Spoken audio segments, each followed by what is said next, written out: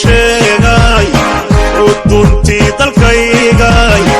xaruntii dadkaygay xidig nuurayaatee idmadii abwaan hore carab weyn ku sheegay uduntii dalkaygay xaruntii dadkaygay xidig nuurayaatee